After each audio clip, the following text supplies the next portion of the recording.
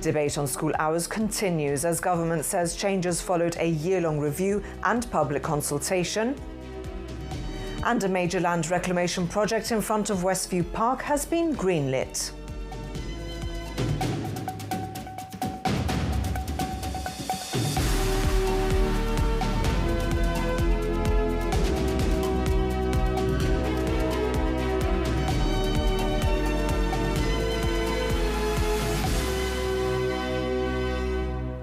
Good evening.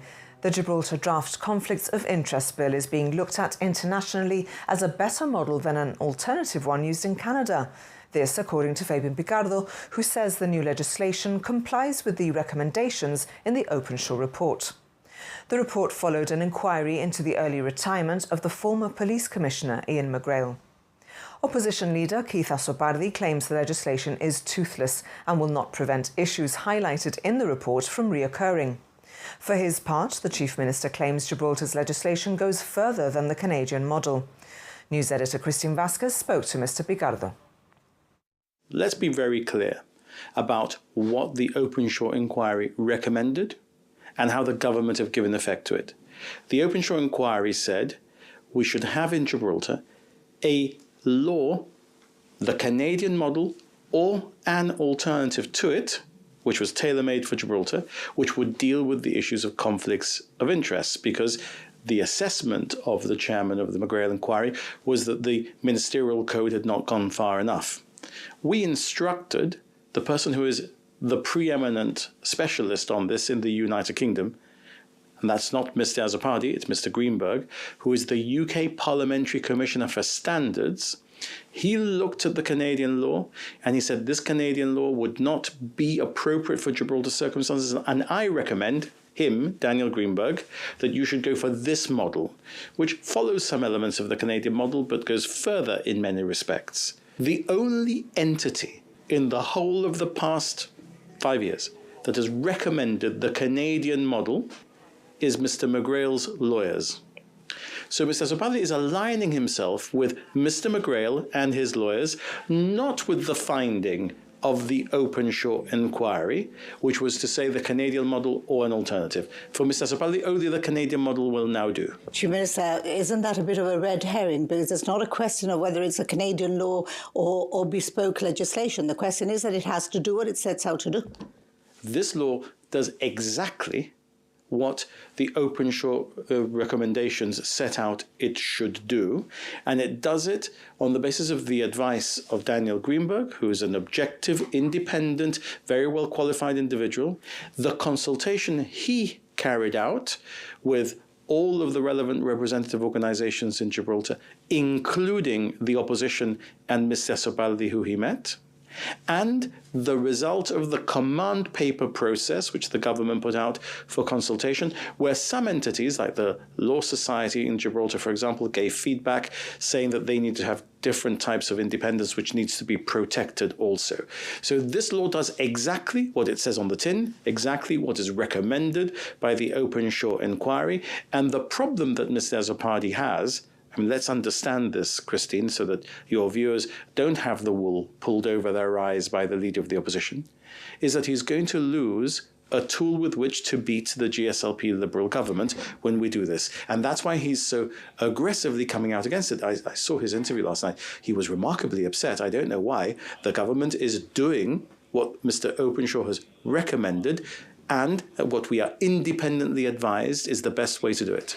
Chief Minister, would the legislation prevent the things highlighted by Sir Peter Openshaw's report from happening? Yes, it would. And what it would do is it would ensure that all future instances of conflicts of interest are highlighted in a much more appropriate way than perhaps our law has provided for in the future. For example, let me give you this example, which Mr. Azzopardi obviously is not going to give you. Mr. Azzopardi is the senior partner or a senior partner of a law firm that received millions, not hundreds, millions of pounds of taxpayers' money in instructions in a period, and in part of that period of time, the person giving the instructions was closely related to the senior partner of that firm. well, that would be highlighted. Now, in the case of 36 North, which Mr. Sabali referred to yesterday, I mean, he should go back and check his notes. 36 North was not applying for anything from the government. 36 North was negotiating with Blands to agree between themselves the transfer of a contract. And when the government was told that they could not agree with them between them the transfer of the contract, who I then found out had an indirect interest in 36 North, made a decision against the interests of the company that I had an indirect financial interest in, and in favor of Bland Limited. So that would also be something that would be highlighted under the new legislation, but there would be nothing wrong with the decision taken, because I took the decision against my commercial interests and in favor of the commercial interests of Bland Limited. So I made a decision in favor of a company I didn't have an interest in and which is associated with Mr. Sobali's GSD. And he uses that as a way to beat the government. Well, look, I mean, he needs to think a little more before thinking that those are the sorts of things that can damage the GSLP Liberals. Chief Minister, you give me an example, but yet, would the law catch out government-owned companies? Government-owned companies are in a relationship with the government, and therefore the government is instructing them all of the time. So government-owned companies are within the sphere of influence of the government because they're in ownership of the government. But when the government-owned companies are dealing with third parties, then they will be subject to the same sorts of constraints that we're dealing with, because remember that the directors of those companies are the chief secretary and the financial secretary through corporate vehicles, etc. So, that is not a way that the government is trying to somehow avoid the provisions of this legislation, which the government itself is making, and which is going to be a catch-all, which is going to deal with all of the issues identified in the McGrail inquiry, in the Openshaw report. And I'll tell you something more. Our draft law is being looked at outside of Gibraltar as a potential model for much more advanced economies and democracies, as being a better model than the Canadian model. A 25-year-old local man has been arrested on suspicion of possessing a firearm. The arrest followed information received from a member of the public this morning regarding a person inside a property at Varelbeg Estate holding what the witness believed to be a firearm. In response to GBC questions, a spokesperson for the Royal Gibraltar Police said armed response officers were deployed to the area and arrested the individual as he exited the residence. A search of the man's home also resulted in the seizure of 2 imitation firearms. The investigation remains ongoing. GBC understands teachers at the comprehensive schools wrote to parents to reassure them that pupils were safe. The government says changes to Gibraltar's school summer hours followed a year-long review and public consultation, with most respondents supporting the end of traditional half-days. Ministers say the move was driven by concerns over attendance, consistency and learning, particularly during hotter summer months when absenteeism increases. Over 200 responses were received, with 85% reportedly favouring change. The government argues the reduction in school days is smaller than critics claim, saying the impact amounts to roughly 1.5 weeks once reduced teaching hours on half-days are taken into account. Education Minister John Cortes says standards will not suffer, and he believes schools will continue delivering high-quality education despite the calendar changes. He spoke to Rosa Stengo. Clearly, the main consideration is that we continue to educate our children in the brilliant way that I think we do in Gibraltar. And therefore, I have no concerns that this will have an adverse effect. Of course, you've added extra days to the Easter calendar. You've added an extra midterm break in the summer.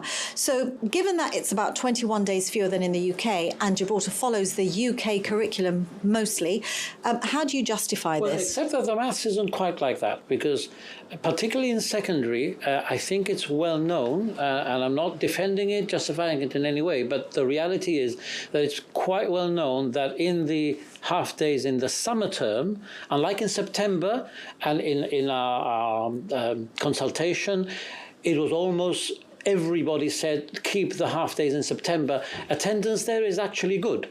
The problem is in the 19 or so half days, in the summer, when attendance falls, concentration falls, heat, all sorts of considerations come in. People thinking of holidays, exams are usually over by then.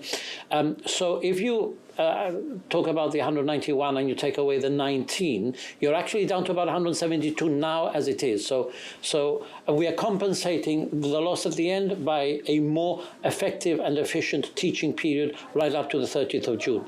But I think there are other things. We cannot compare like for like. I am very proud of the education system in Gibraltar. Apart from the fact that clearly teachers' union and so on are supporting this, and they've been part of the process. You cannot compare our schools with the facilities we've got that we've built, our staffing levels, our training, the support that children have with learning support assistants, how much we have invested in special educational needs. So I honestly feel that we actually teach better in Gibraltar than in the average UK school, and therefore we will clearly be able to deal with the shorter term. So teaching is so good in Gibraltar that you don't need as many teaching days here as in the UK. Is that essentially what you're saying? What I'm saying is teaching is so good in Gibraltar that even with the change in calendar, I foresee no drop in the achievement levels of the children in our care. Well, the changes to the academic calendar announced last week will see the number of days children are in school reduced to 172, according to Gibraltar's Teachers' Union, the NASUWT. The union says the revised structure will mean more full teaching days overall and fewer half days. According to calculations provided to GBC, there will be 5 more full school days. That sees it going up from 165 to 170. Children in the UK state education following the same curriculum are in school for 190 days per year.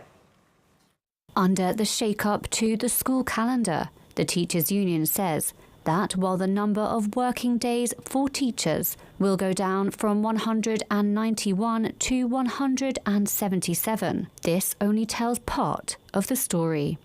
In a statement, the NASUWT says many of the days being removed are what it describes as disruptive summer hours days, where pupils attend fewer lessons than during a standard school day. According to calculations shared with GBC, the previous calendar amounted to around 1,094 teaching periods overall. Under the revised calendar, the union says this would drop to 1,048 periods. When divided across a standard 6-period school day, the union says this equates to around 7.6 teaching days fewer overall, on what it describes as a like-for-like basis. A spokesperson told GBC, "It is important to recognise that, whilst comparisons with the UK are understandable, given Gibraltar follows the English national curriculum, Gibraltar's climate and cultural context are quite different. In practical terms, our calendar structure is arguably more comparable to neighbouring regions in southern Europe and Spain, where school years commonly range between around 175 to 180 days, depending on the region." The NASUWT says the revised calendar followed what it described as a member-led consultation process. According to the union, 368 submissions were received from a possible 502 members. This is around a 73% engagement. The union says a number of consistent red lines emerged during the process. These included maintaining a September school year start date, 2 full weeks at Easter, a summer midterm to reduce burnout, and ensuring the academic year ended no later than the end of June. The NASUWT says that if the government, the Department of Education, and teachers through their union have agreed to this change, it is because the quality of teaching will not be impacted, and that we should trust the professionals. In other news, a major land reclamation project in front of Westview Park has been greenlit by the Development and Planning Commission. Town Planning recommended approval, saying it was one of the few sites in Gibraltar that could accommodate strategic development. There were a range of objections from residents of the area. The new reclamation project was first announced by the Chief Minister in his January 2025 New Year message. It was initially announced that the cost of creating the land would be met by TNG Global Foundation in exchange for part of the reclamation. But the Chief Minister later confirmed this was not finalised and that the government might have to deliver the project itself. Last year, Fabian Picardo said the project was expected to create over 1,500 residential units. The Development and Planning Commission has now approved the government's application for this reclamation, approximately 47,000 square metres in total, and expected to take 18 months to complete. There were a number of objectors, with 15 individual submissions and 1 petition. Among the issues raised were concerns over the impact of a large new development on Gibraltar's existing sewage, electrical and traffic infrastructure, as well as pollution from the works. Residents of Europlaza also highlighted what they said was a condition in their development's head lease, preserving direct access to the sea and uninterrupted views. A representative for Harbour Views asked how access to the estate would be affected, as well as drainage to prevent flooding in stormy weather. And an objector raised concerns over the large numbers of a protected species of limpet on the Westview Park revetment. On traffic, the applicant said a precise plan would be agreed with the Highways Authority, with the aim of creating a new road once the existing revetment is removed to help transport materials. Within the DPC itself, the environmental safety group said more public consultation is needed with transformational projects of this size, including in-person town halls rather than online-only meetings. Although the application was only for the reclamation, Janet Howitt said more details should be shared with the public on what is to be built on it, asking whether this will be exclusively affordable housing. For his part, the Environment Minister said there were legitimate concerns over disruption and inconvenience and that he would keep a close eye on all environmental issues, including the relocation of the limpets. However, John Cortes said probably the only real reason he had to support the project was to provide low-cost housing for Gibraltar's growing community. He pointed out that there were similar concerns before the Europort reclamation, with that land now in use for homes, offices, shops and the hospital. Town Planning said it was disappointing that the project was not being considered through the ongoing review of the Gibraltar Development Plan. However, it said it was acceptable in land use terms and recommended approval with a range of conditions including a construction environmental management plan. With the ESG arguing the application should be deferred and voting against it, but all other votes in favour, the DPC granted full planning permission for the reclamation. The complainant in the Johannes Green trial has been cross-examined by defence lawyer Jamie Hammond. He questioned her about different dates she had given in relation to the alleged rape and put it to her that if she was confused about the date of the alleged incident, she could also be confused about what happened. Mr. Hammond also referred to the complainant's diary entries, asking why there was no mention of the alleged rape. The complainant said that at the time she was unable to accept it. Johannes Green of Glass's estate faces several charges, including rape and assault, all of which he denies. You're watching GBC News. Still to come, the Amateur Radio Society celebrates its 50th anniversary this year. And we hear from the winners of this year's Young Enterprise competition. We'll be back in a few minutes.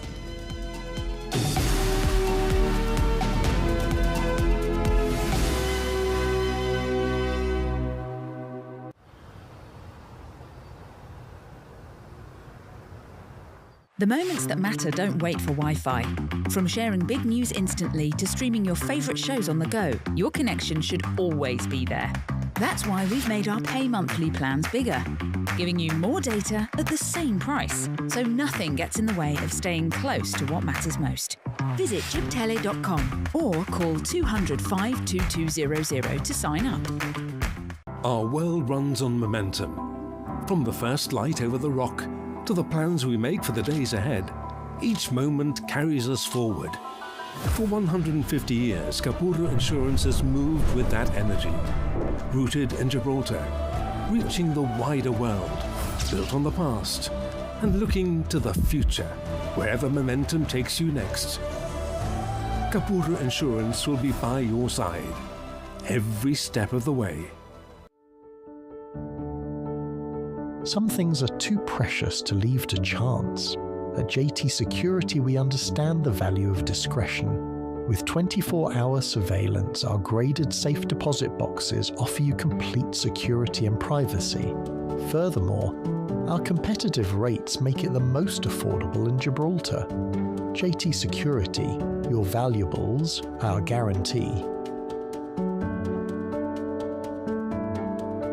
Welcome to Cepsa Gibraltar, your one-stop station for every journey. Refuel fast, recharge your EV and drive cleaner with our AdBlue service. Step inside Carrefour Express for fresh food, drinks and daily essentials. From road trips to quick stops, we've got everything you need, all in one place. Cepsa Gibraltar, powering your drive every day. Looking for insurance that covers every part of your life? From your car, home and motorbike to your health, pets, boat and travel, we've got it all covered. We make insurance simple, clear and tailored to you. Visit us at 68 Irish Town, Monday to Friday 9 to 5:30 or Saturdays 10 till 2. Call 200 44628 or email gibraltar@ibexinsure.com. Ibex Insurance, making life easier.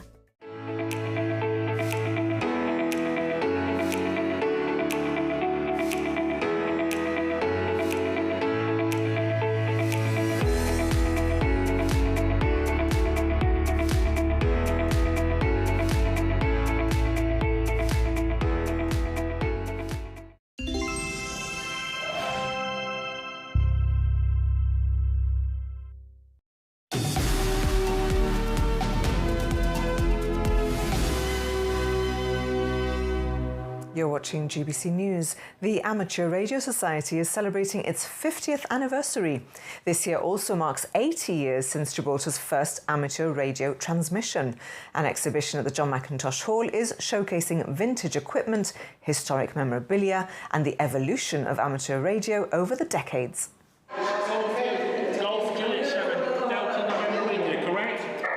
For many, amateur radio may seem like a hobby from another era. But in Gibraltar, ham radio played a vital role during one of the most difficult periods in the ROC's history, helping families separated by the close frontier stay connected. Many of us remember to this day seeing family members shout across the border to each other, "Ha tenido un niño, lo siento, tu madre se ha muerto." You know, these very emotional things which were then aired in public, and it was seemed more private and more direct when an amateur radio individual would invite into his home somebody who had a message to transfer to family members over there, to keep some semblance of normality of information between family members who were otherwise completely cut off from each other. But beyond its emotional significance, amateur radio has always been rooted in technical curiosity. I was building my own transmitter. I just fancied doing it, and it would barely put out any power. And I thought, what the heck, I'll give it a call. I was in the UK at the time, and I had an answer from a German station. And this is impossible. I'm using half a watt. And this German chap heard me. We had a conversation. That's one that sticks in my mind, just because of the improbability of the contact. Today, in an age dominated by smartphones, fibre optics and instant messaging, some may question whether amateur radio still has a place. The reality of it, of course, is that the mobile phone works very well as long as there's a huge infrastructure, which we do not see, all the cell towers and all the communications and undersea cables. Whereas with amateur radio, there's your main socket to your radio and your antenna, and nothing else in the way before the other chap's antenna, be it in Canada or Germany or wherever else. And in many occasions, during major disasters, it is only the amateur stations that come alive randomly in odd places and can provide communication to remote, now isolated and completely cut off villages. And while emergency communications remain an important part of the hobby, collectors and enthusiasts also continue traditions dating back decades. They started sending each other these little postcards, and we have a number of them on display here, from anywhere to anywhere else. And you end up with a personalised card, and you write information down about the nature of the contact that you had. And then you could show off. Look, see, I do have contacts. I proved that I was able to contact Nebraska or whatever else. And then that became a side arm of the hobby, people who collect the cards. And while the technology may belong to another generation for some, Amateur radio operators here say its spirit of experimentation, resilience and human connection remains as relevant as ever. Sergio Bossano says Spain is showing greater recognition of Gibraltarians and Gibraltar's institutions, pointing to what he described as a change in language and approach in recent years. He was addressing a UN decolonisation seminar in Nicaragua and said he had taken part in all 4 decades of the Community of 24 seminars. Sergio said that Spain had previously rejected any recognition of Gibraltarians as a distinct people, but that this position has now shifted, citing recent treaty discussions, tax arrangements and meetings between Gibraltar and Spanish ministers. He said Gibraltarians' right to self-determination remains unresolved despite decades of UN discussions. The Young Enterprise competition has come to an end, with My Mind Matters declared this year's winners. The scheme sees teenagers put their business ideas into practice as they make their products or services a reality and deliver a presentation to a panel of judges. The winners will take part in the UK finals in Wales. What we've done is we got this comic book to teach to the youth of Gibraltar. So we've done this through colourful visuals, engaging illustrations, and all the stuff inside has been approved by St. John's and the GHA. It's been super challenging trying to find suppliers to actually make and produce our products. So we had to take matters into our own hands, which obviously takes a lot longer, but we had the quality that we wanted instead of getting it from someone else. I think this year is our record year of finalists. We have 14 teams, which is not the number we've had before, and you can see the room is crowded. The level of product, the level of engagement is fantastic.